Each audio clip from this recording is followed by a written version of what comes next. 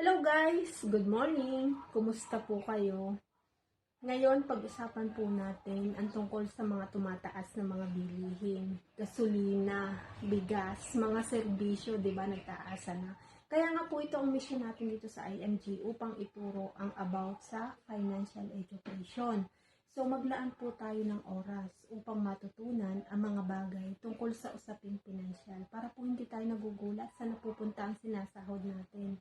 'Di ba? So, may mga available po tayong libro kung may time po kayo magbasa. And kung wala naman po, may mga available po tayong recorded webinars, 'di ba? Anytime, anywhere, pwede nyo pong mapakinggan.